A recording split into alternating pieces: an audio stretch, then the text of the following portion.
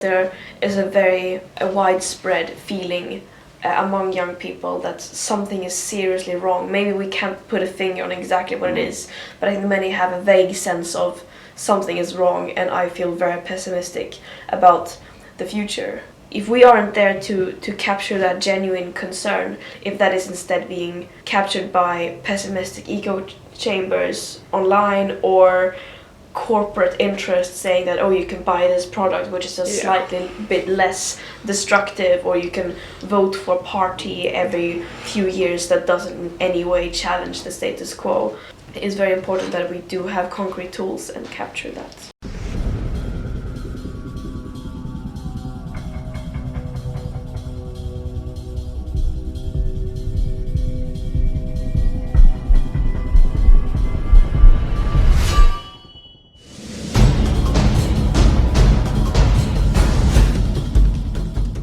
Capitalism has made the destruction of life basically a routine. It depends on it to survive. From the destruction of people and the genocide in Palestine, to the destruction of life in the oceans, in the rivers, and everywhere around us, we are witnesses of something that is kind of quite obvious, that capitalism puts profit over people. That brings us to climate injustice that we're living through today. And tonight we're here to talk about it with our guests, Teo, Greta, and I'm Marko. Welcome to Glasni Idei. So let's start off with a big kind of, but maybe easy question. What does climate justice look like for us today? What should we think of when we think about climate justice? I mean, climate justice is rooted in social justice. There is no climate justice without social justice. And climate justice stems from the idea that everyone should have equal worth, equal access to all nature's resources. And in this case, the atmosphere is a natural resource which is being disrupted because of our CO2 emissions and affecting people very, very differently. So climate justice is about that. It is about that the people who are absolutely least responsible for causing the climate crisis are the ones bearing the brunt of it. Both because they usually have less resources to adapt and to deal with the consequences of what they have not been causing, but also because they tend to live in regions that are more vulnerable to extreme weather events and so on. But climate justice is also about our remaining CO2 budgets, that it is being distributed in a fair way, because right now, if we are to have even the slightest chance of limiting global average temperature rise to below 1.5 or even 2 degrees, that carbon budget is rapidly disappearing. And since the climate crisis is a cumulative crisis, it is a crisis where the CO2 we emit now can stay up for many centuries in the atmosphere, continuing to disrupt the biosphere and the atmospheric systems. It is also about historical emissions, and it is about that how many countries have built their wealth on practices that require emitting huge amounts of CO2. So the remaining part of that carbon dioxide budget has to be distributed so that the people who are least responsible for it get more, but also that the polluters pay for the damage that they are causing, and pay for losses and damages not in loans but in grants. Absolutely. And I think there's been some talk recently about the fossil fuel treaty, right? So is that perhaps something that just like, what do you guys think? Like, is that something that is achievable? If it is, should we also push for a plastics treaty? Just how do we feel about it? Do we feel optimistic? Or, I think it's kind of a very strong tool, and I hope it has more punch to limit these corporations, because they've known for hundreds of years now that CO2 emissions are dangerous and they keep stacking up in the atmosphere. So I think that we should, I don't know, I think we should use it as a tool, yeah. Since the climate crisis and all these globally interconnected crises are so overarching over different sectors, holistic solutions are needed. And there's no quick fix to the climate crisis. There's no solution or economic or political system that we can just implement and have all the solutions.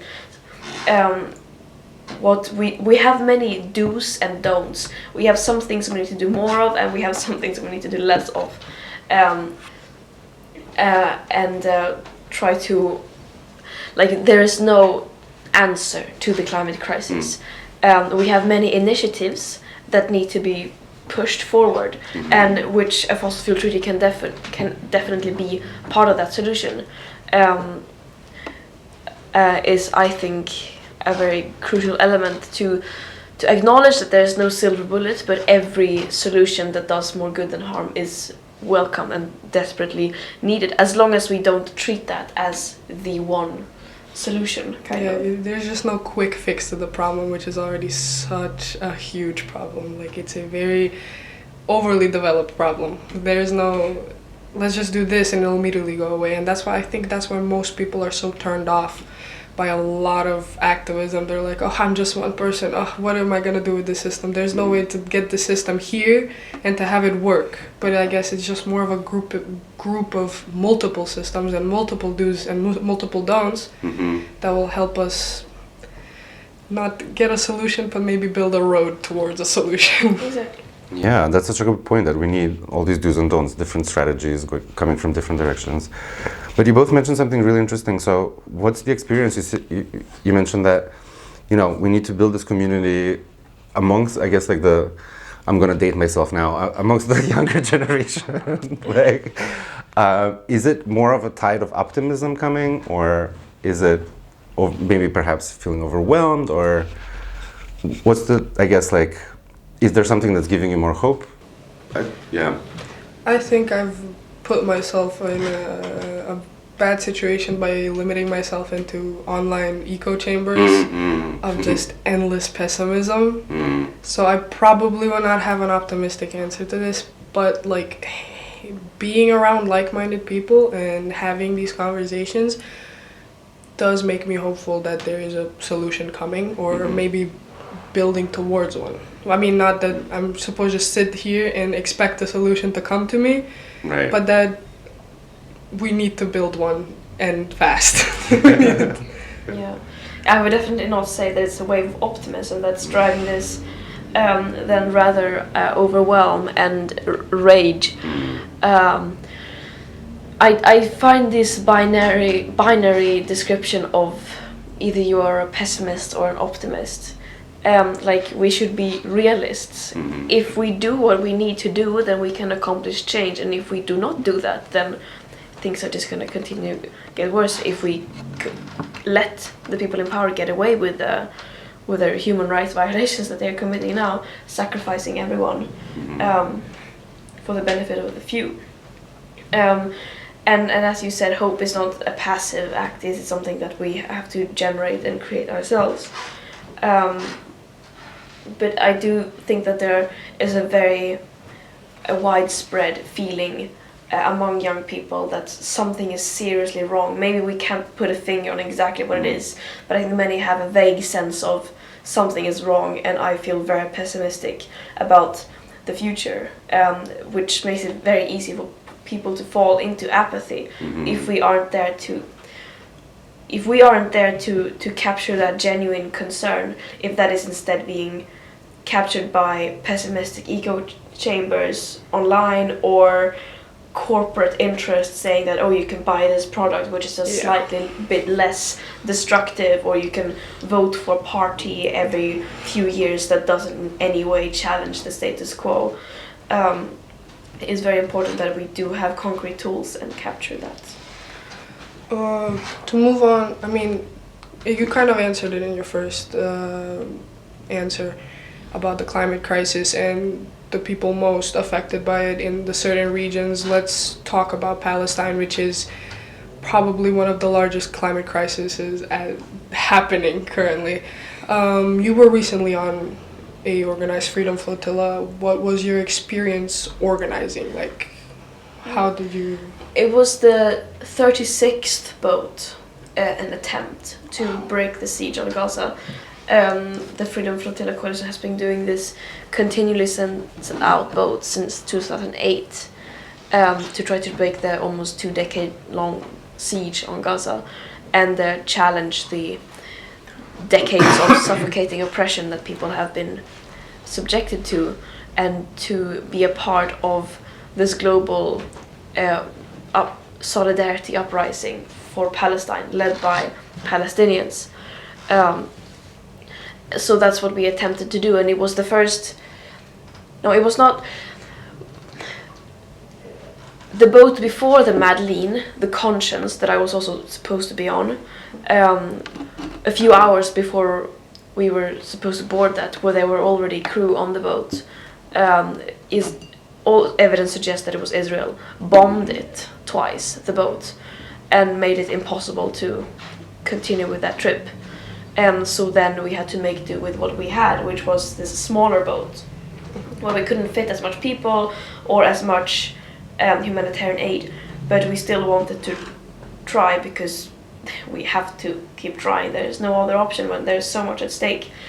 And then we did that journey carrying food instead of weapons, and carrying hope and solidarity, and showing that the world has not forgotten about Palestine. We are many who care and who would do whatever we can if the circumstances are that, and to try to do our duty to compensate for our own government's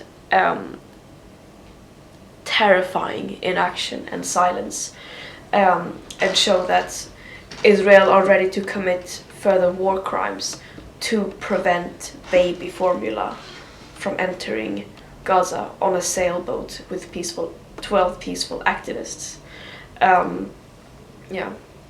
As we're recording this, there is another freedom flotilla currently making its way to Gaza, and all eyes on deck. We wish and we call for a safe passage for the Handala, which is, I guess, the next freedom flotilla. Yeah. We are hoping that, again, there's many peaceful activists on the boat. They all carry passports, they all carry baby formula and food and very much needed products in a current starvation, mass starvation. And we have been very clear that we will continue, of course, sending boats as long as there is injustice going on, as long as there is a siege, to try to, time and time again, open up a humanitarian corridor. And of course there are many other attempts taking place both by sea and by land. There are countless of aid trucks on the other side of the border of Gaza just waiting to get in, but Israel is refusing to let them in. It's kind of changing gears a little bit. I mean, it's all kind of connected, but I guess, do you have an assessment as someone within the EU about like EU's efforts, whether it's about climate disasters or about Palestine and aid reaching Palestine? Yeah, I mean, the EU are famous for their greenwashing and whitewashing and every color you can think of washing. Rainbow washing too.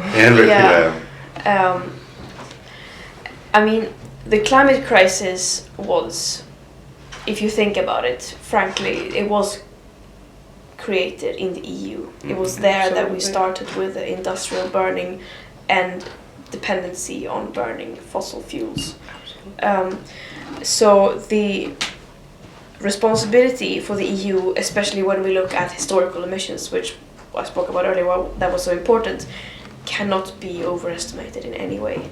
And right now, the EU are pretending to have ambitious climate goals, when if we include even the slightest bit of the aspect of equity, it is a slap in the face to every single human being on Earth, it feels like. And they're not even reaching those extremely vague, insufficient, full of loopholes goals, which they now want to abandon. So it is a complete disgrace. And also when it comes to Palestine and any other humanitarian catastrophe, where the EU, with the history of imperialism and colonialism, have so much blood on their hands by destabilizing drawing borders and disrupting entire peoples, and by doing so, the consequences of that can also not be overestimated in any way, and that right now, I mean, the origins of the crisis in Palestine can be directly traced back to Europe, and that now the EU are refusing to take any accountability, to take any action even close to what is necessary to fulfill their duty according to international law to prevent a genocide from happening. That they're not even doing that is, there are no words for it. And then, well, at the same time, they're trying to portray themselves as progressive and sustainable. Is just And they're also Israel's largest trading partner. Exactly. And just to kind of tangent on that, like, it's interesting in the Balkans that there's been this transformation of the Balkan countries into somewhat of a mining colony. So there's all of these problems with hydroelectric dams, pollution in terms of just voluminous garbage that is being burned here, and so on. So I just feel like that's why, you know, there's a big suspicion in terms of all of these like green law solutions. It's just where is it? Why is it happening? All these fires are going around, all this water is being stolen, and minerals. But I mean, the climate crisis and its severity and its real causes have never been properly communicated, and most importantly, have never been even attempted to be dealt with, the root causes of the problem.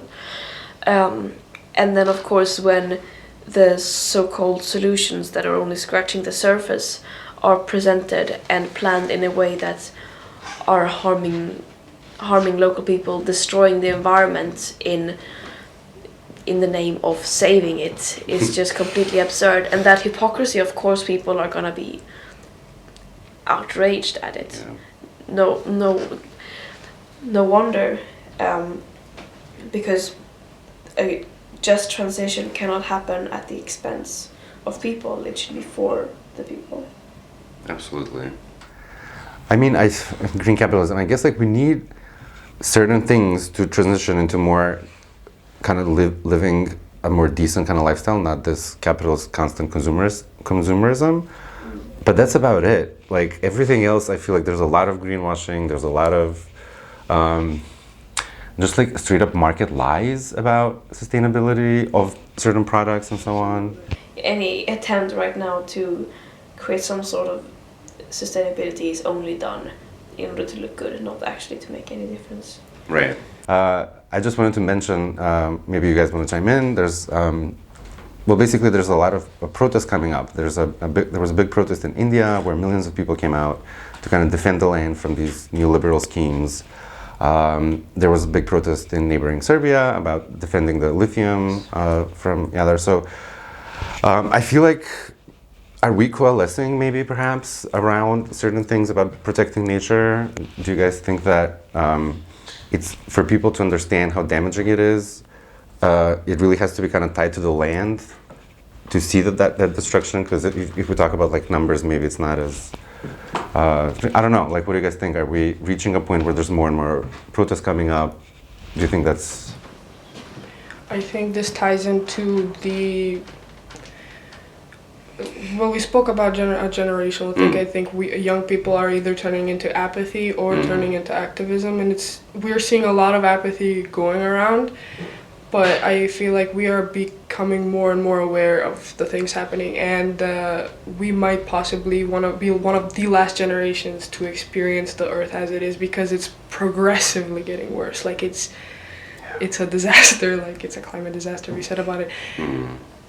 So we are being more educated. I have seen a lot of education on damage, like, in all aspects, and I have seen an uproar a lot in protests and organizing. A lot of it, I feel like most of them do fall flat. Maybe it's my experience in this country. I am very hopeful seeing all the uproar in different spaces and different places, and it makes me feel more connected to everyone because we're all experiencing one huge problem. It's Right. so I guess it is hopeful to see. Yeah, I feel hopeful too. Yeah. Yeah. I think you covered it. Okay, great. And just my last question, any from both of you, any book recommendations? What are you reading right now? Anything that's left kind of a... Does it have to be like a political book? No, it can be anything. It can be a novel. It can be whatever you want. Yeah. I usually have I have many more, which if I had more time to think. But anytime anyone asks, do you have any recommendations? It's as if I have never read a book. But two books that come to mind, like on the surface, are Less is More, by Jason Hickel, and The Knockneck's Curse by Amitav Ghosh. Ooh, okay. Yeah. Thank you. About climate. About climate, yeah. Now my answer sucks. No. Mine is a bit more emotional because the only book right now is the one I'm currently reading. It's On Earth We Were Briefly Gorgeous by Ocean Vuong. Ooh, Awesome author, okay. amazing author. Very emotional book. That's what I'm reading. So that's the only recommendation I can have. It made me cry. So We need that's that why. too. Exactly. We need to get in cry. touch with that Absolutely. Yeah. We need to get it out. Yeah. Thank you all for joining us. For more, follow Glasni Idei.